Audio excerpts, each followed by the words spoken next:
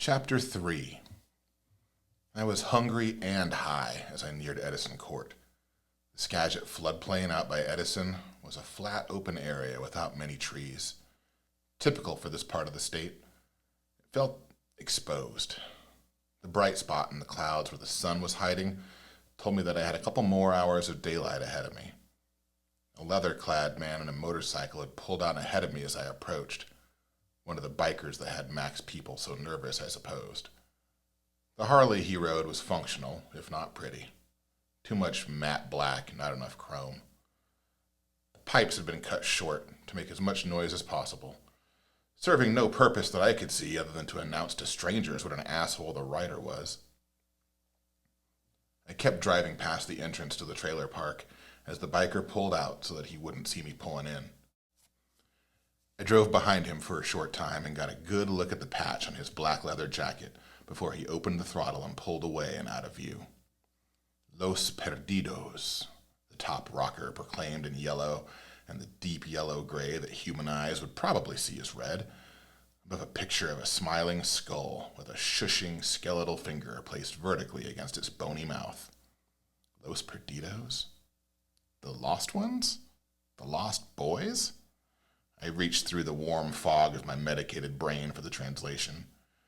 One advantage of living a long time is that you have the opportunity to pick up a lot of things, like languages.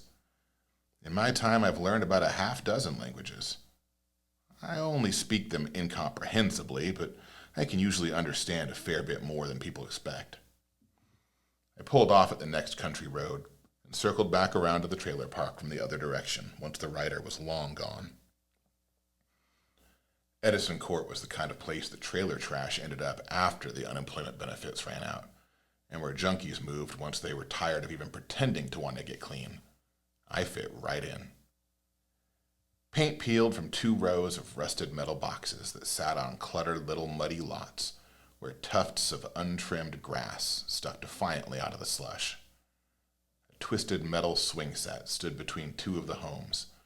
A neglected plastic tricycle and a few abandoned pieces of children's clothing lay discarded on the frozen mud.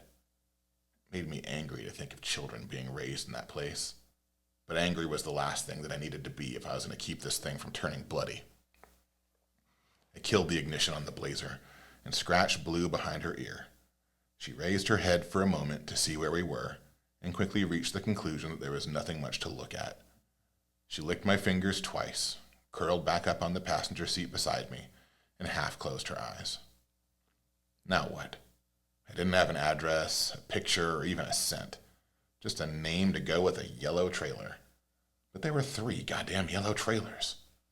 Hell, to my colorblind eyes, almost half of them seemed some shade of yellow. Maybe I should have heard Mac out for a second after all. But I'd just been too damn startled by the phone call, and my hackles had been up. I looked around at a few of the trailers, looking for anything that might give me a place to start. A broken window covered in plywood, another that had burned out Christmas lights gathering cobwebs. A couple of run-down trucks were the only vehicles in residence. The place looked nearly abandoned. No motorcycles. That might be a good thing, unless this faceless Andy had ridden away on one.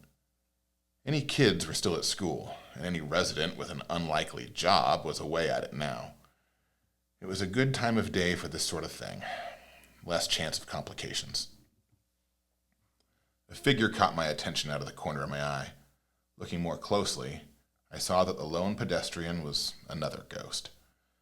This one, an apparition of a middle-aged woman, was walking around and occasionally stopping to put her hands to her mouth, as if to amplify her voice as she called out. She appeared to be looking for somebody. Missing dog, a child perhaps, that she would never find. Most specters are like that, endlessly running around through the same futile actions. They single-mindedly carry out some compulsion based on the deep-rooted obsessions that consumed their dying thoughts. If they were left alone, they usually wouldn't take notice of anything else. Usually. People like me, Garu, are an exception. We see the ghosts when others can't, with growing clarity as the moon waxes full, but we're also more noticeable to them in turn. I could feel the hairs on my arms and legs prickle as she stared at me, trying to puzzle out what was different about me. I kept my eyes forward while Blue nuzzled my leg. After busying myself by rolling and sparking another cigarette, the spectral seeker finally lost interest and continued her search for whatever. Ghosts like that aren't uncommon in my experience. I was just glad that there weren't more at hand. I had more mundane worries to occupy me. How the hell was I going to find this kid? I had no idea what I was looking for. As I didn't even have a scent to try and follow, my eyes and nose were of no particular use. I left my ears. I rolled the window half down and closed my eyes, the better to not see any more ghosts for the time being. I listened. The first things I heard were closest to me: the rise and fall of Blue's breathing on the seat beside me, the grumbling of my own stomach, the clicking of my cooling engine. Nothing helpful there. I tuned those out and concentrated, hearing the distant roar of the ocean in one direction and the steady hum of the interstate highway in the other, miles off. I pulled in, focusing on the couple of 100 feet around me in every direction. In one trailer, I heard snoring. In another, I heard a young child crying in a way that made it sound like it was beginning to realize there was no point. Nobody was listening. How old was this Andy kid supposed to be anyway? Mac knew better than to expect me to change diapers. Again, I wished I'd taken the time to get more detail before smashing my phone. I kept listening. I heard a television, people chanting a name again and again. Jerry. Then I heard a phone ring from the trailer with the crying and ignored child, and a woman's voice answered it quickly. I could hear her speaking in hushed tones, then a door opening and closing before she continued speaking in a bathroom or closet. I could almost make out what she was saying. Almost, but not quite. I strained, but couldn't bring the words into focus. Everything was too fuzzy. Drugging the beast in my head in order to avoid tearing somebody apart was a practical necessity. But the downside was that the more dormant the wolf was within me, the less I could draw on the abilities that came with it. Put plainly, I was having trouble performing. It happens. As I saw it, I had two options. First, the cautious approach. I could take my sweet time out here, looking for leads, or going door to door until I found something, but that would take time that I wasn't willing to spend.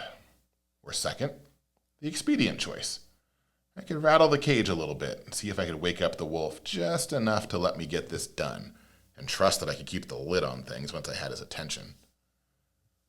Since I didn't want to be out here any longer than I had to, and because as far as I knew, a pack of bikers could show up at any moment, I chose expediency. I took my impatience and anxiety at the situation, along with a bit of the sadness I'd had thinking about my sister, tossed in a bit of the reflexive rage I'd felt when I'd been jolted awake by Mac's call the day before. I held on tight to these feelings and fed a trickle, just a few drops really, into that part of my mind where I kept my inner monster. The results were immediate. A ripple of adrenaline surged through my body, sharpening my senses and clenching my limbs as well as my jaw. With the alertness and tension came a wave of predatory instinct, the urge to find something to stalk, to chase, to rip and tear. I clamped down tight on the emotions I'd been feeding to my wolf, cutting it off.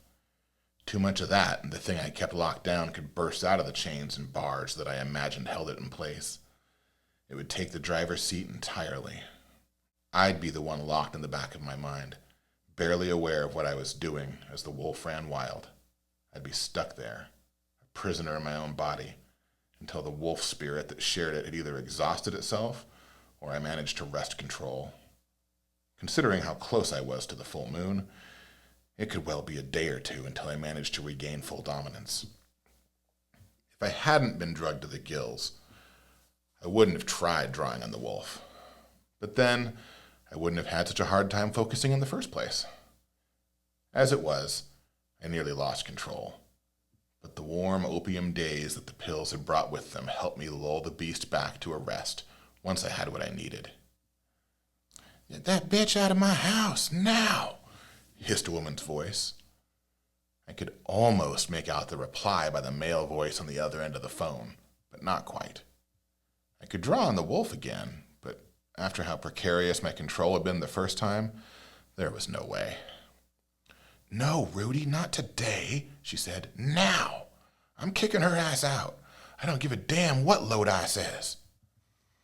She was silent for a moment, as the voice on the phone adopted that tone that some men like to use with upset women, somewhere between placating and patronizing. You think I don't know why you keep her here? I know you guys been passing her around. Well, I ain't gonna babysit your fuck toy for you anymore. I already told her to pack her bag. I've got a baby to take care of. Suddenly she's mother of the year, I thought to myself sarcastically. Was the baby even hers? No way was Andy a small child. Babies don't post bail. I was looking for a teenager. She listened to the phone for a minute before responding in a calmer, conspiratorial tone. Yeah, she said. How much? Damn, that's a lot of money. Okay, yeah, I won't let her leave. Yeah, probably better I don't know. She listened again. You know, baby, if I let her shoot up first, it'd make things a lot easier, she offered. A pleased male voice on the other end gave approval in words I couldn't quite hear. Damn right I'm smart. That's why you love me. Just be careful, baby. I don't want you going to prison for this shit. He responded in sinister whispers. Yeah, you do what you gotta do to get patched in. Just make sure nobody finds her. I love you too, baby. See you soon. Hurry. Did I hear what I thought I'd heard? Were they gonna kill some lady? It sure sounded like it. Damn. Not my business, but I couldn't just ignore it either, could I? The decent thing to do would be to tip off the police. Let them handle it. After all, I was here for a kid, not to get between a gang of bikers and some floozy. But I developed a habit of not talking to the police a long time ago. Habits like that are damn hard to break. I got out of the car. Stay, I whispered to Blue. She sat up attentively but didn't move.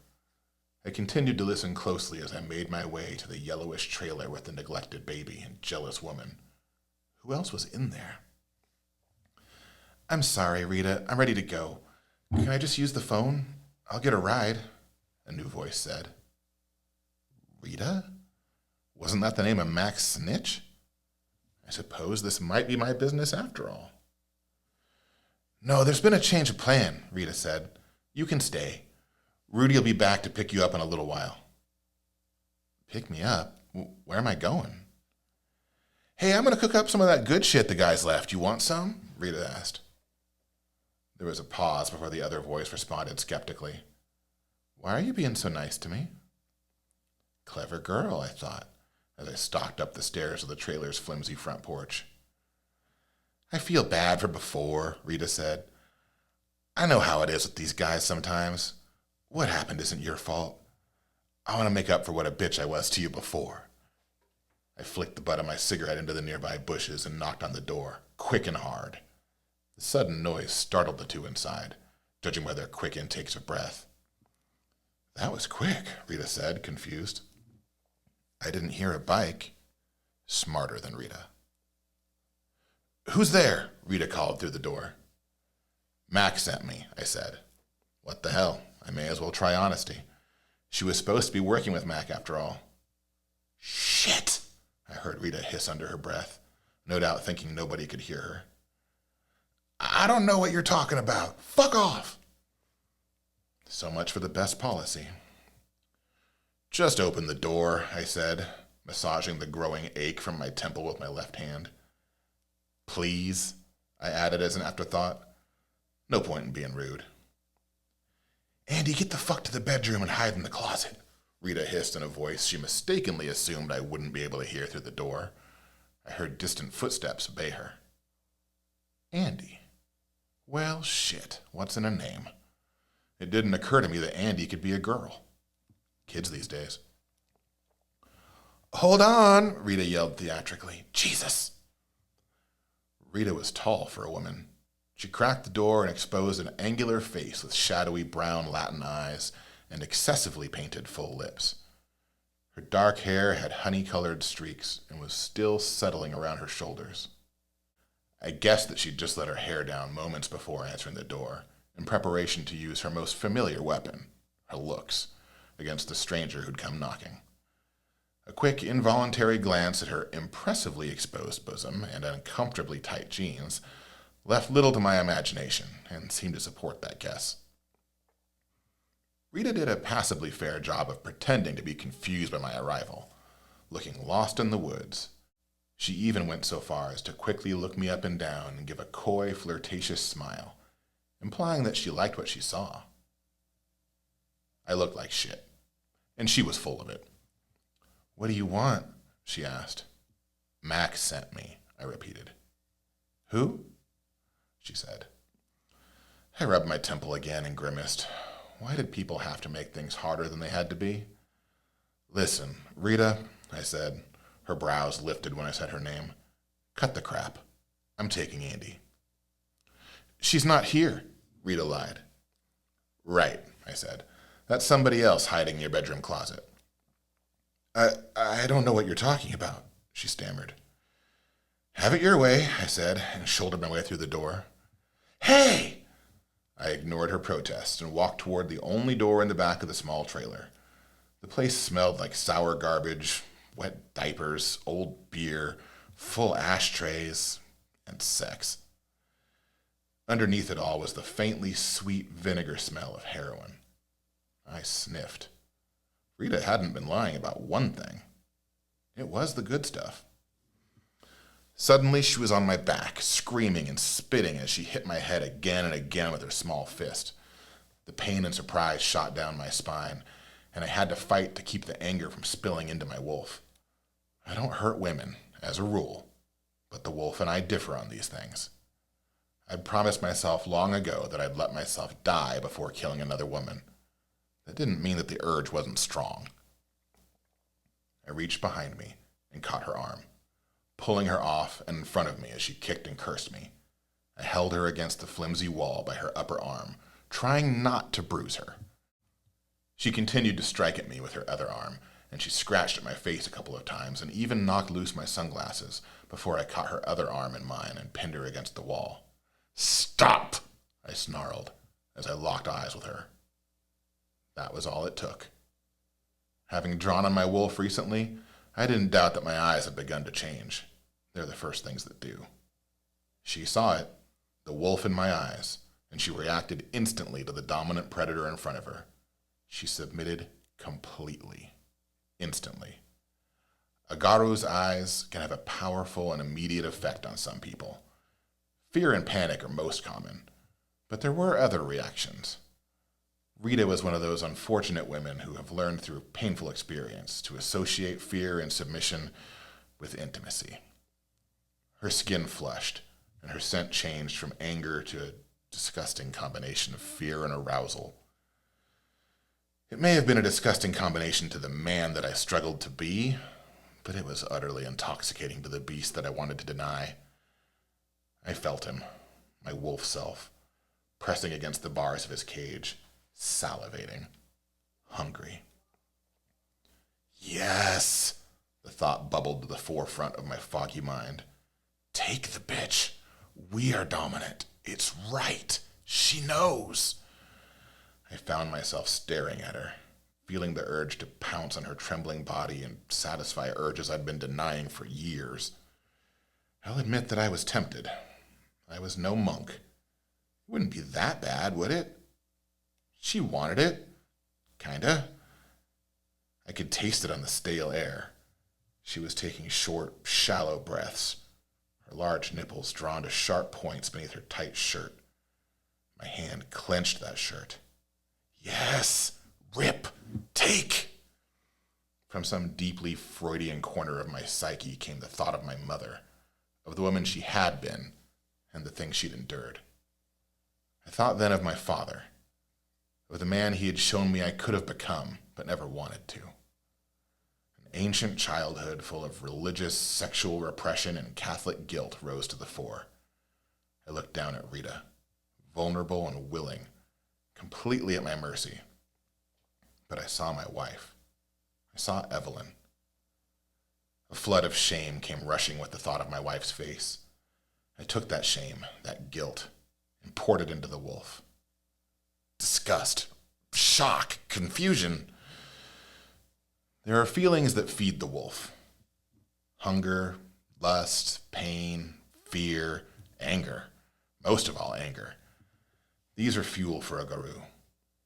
A little of them can empower us, but too much of them can bring a total loss of control, no matter what the phase of the moon may be. There are other feelings, though, feelings that are alien to the wolf. Guilt, shame, regret. A wolf doesn't understand these things, can't understand them. I drowned my other self in those feelings now, utterly dousing the burning need that had been spreading and threatening to take over. I felt the wolf within me back away. He didn't retreat, but he stepped back as if smelling something rotten and allowed me to reassert control for the time being. My senses dulled. Whatever was in my eyes must have dimmed as well. Rita scrambled away from me and crossed her arms in front of herself, suddenly modest.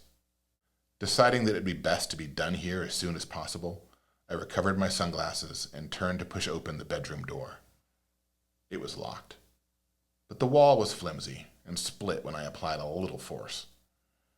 The diaper, sex, heroin smells were strongest here, along with a hint of something else, something strange and familiar that I couldn't quite place. A twin bed with dirty sheets sat in a corner. A chewed and soiled crib stood beside it, holding an ugly baby, his face swollen and red from crying. He stared at me with snot covering his chin and his saturated diaper hanging nearly to his knees. Rita's eyes stared at me from his unwashed face. Babies and ghosts have a lot in common. They both want things that I don't have the time or skill to deal with, and I have found they are best handled by pretending that they aren't there, at least in the short term. I opened the closet door. The girl huddled fearfully in the corner of the closet, partially obscured by a pair of men's boots and a few longer shirts on hangers. She looked to be about 15 years old. She was a willowy little thing, 5 foot nothing. If pounds were pennies and you guessed her weight at $1, I'd expect at least a nickel and change. Fashionable holes in her loosely fitting jeans showed pale, bony knees. Under an overly large, unbuttoned flannel shirt, she wore a black t-shirt with a wacky white stick figure under the words, Pearl Jam, whatever the hell that was. Her hair was artificially black, bobbed short on one side, but long and streaked blue on the other. Her face prominently displayed a black eye and a split lip. She'd had a rough go of it lately. Her nose dominated her face and seemed a bit out of proportion with her thin lips. What stood out, even in that moment, were her eyes. Giant, blue, stormy things that glared defiant daggers at me from a bruised face. And they didn't quite match. One eye was deep blue, almost indigo. The other had a patch covering less than half of her iris, which was startlingly emerald green. Especially surprising to me, as I haven't been able to see that shade of green outside of memories and dreams since I'd become Garou. It startled me to see a fleck of this lost color now. So this was Andy Morgan? She looked at me and sort of passed me with those strange eyes, like she saw something that wasn't there. A look somewhere between puzzlement and recognition came over her, and the smell of fear subsided somewhat. She seemed to have decided that she didn't need to be afraid of the strange man who just stormed into the place where she was hiding. Maybe she wasn't as smart as I'd given her credit for earlier when I was eavesdropping. The smell of the girl intrigued me, but there was a more powerful scent emanating from the closet which grabbed my attention and held it in a vice. It was obvious that this closet was where they kept the dope that Rita had been talking about. A small black duffel bag, the kind people take to the gym, sat on the top shelf and seemed to be the source of the aroma. Then there was the smell of the girl herself, She had a pleasant underlying smell of lavender and vanilla, but she also reeked of a smoky combination of tobacco and heroin. Under the receding wave of her diminishing fear, I caught another scent. I sniffed once to be sure. No mistake. This girl was pregnant. Also, that familiar smell that I'd barely noticed before was strongest here, coming from the girl herself, though I still couldn't define it. The closest I could have come was to say that it smelled green. The smell of leaves and growing things, of buds about to blossom, of the first hint of spring pollen. It was faint, but distracting, an itch in my awareness. No time to puzzle about strange eyes and mysterious smells. We had to leave while that was still possible. "Get up," I said. She obeyed, scrambling to her feet with a mouse-like alacrity. "Who are you?" she asked, her eyes on my feet. "The guy who's taken you out of here," I said. The pregnant teenager half squeaked and half screamed as I heard Rita approach from behind me. As the first gunshot went off, Andy dropped to the ground. The kid had good instincts. The shot had missed me and punched a small hole in the thin wall with more of a crack than a bang. I spun around, keeping a tight grip on the leash in my head. Rita stood there holding a very small target pistol, a .22, I'd say. It was the sort of gun you used if you were desperate, not the sort of thing you used to put a man down, not if you were smart. But I didn't give Rita credit for being overly bright. In fact, she wasn't even pointing it at me convincingly. I heard Andy scrambling behind me to the cover of the bed and watched Rita's gun follow her. She was trying to kill the girl. I moved without thinking as Rita pulled the trigger 2 more times. I'd planned to knock the pistol away, take it from her, maybe put her on her ass again, but the final shot tore into my hip and struck bone as I reached her. Pain. I was on her. The wolf was on her. The gun was knocked across the room, forgotten. I had her on the floor, beneath me, my hands around her skull. I was roaring, filling the room with the pain and anger that flooded my senses. Yes! Yes! Kill! The pain of the little bullet grinding within me had knocked me from the driver's seat. The wolf was in control now. I could feel her pulse through the palms of my hands, just as I felt the itching in my gums and fingertips as the change threatened to wash over me. Fangs and claws ached to burst free, to tear into her, to taste her. I could push my thumbs through her temples and into her skull. It'd be easy. Her fear was primal and absolute, flooding my nose, intoxicating me. I wanted to taste it, to taste the hot blood gush over my mouth as I ate her heart. It would be so good. Rita's baby wailed, and I was dimly aware of motion across the room. It drew my eye. Andy moved and covered the child with her body, not wanting to let him watch his mother get torn to wet, meaty shreds. Andy herself stared directly at me and met my gaze with her blue and emerald eyes. Something in her eyes gave me pause, sent a small shiver through me that had the effect of somebody snapping their fingers beside my ears or dousing me with a small splash of cool water. I saw her worry and fear, not for herself, but for the baby she was shielding. Children shouldn't have to see something like that. They shouldn't have to carry the memory of their mothers being attacked, being beaten in front of them. I know. No. I struggled to assert myself against the wolf. Not a woman. Never another woman. I heard myself laugh, heard the wolf laugh through my mouth, a nasty snarling sound. Yes, it thought back to me. Meat is meat. My hands tightened on Rita's skull.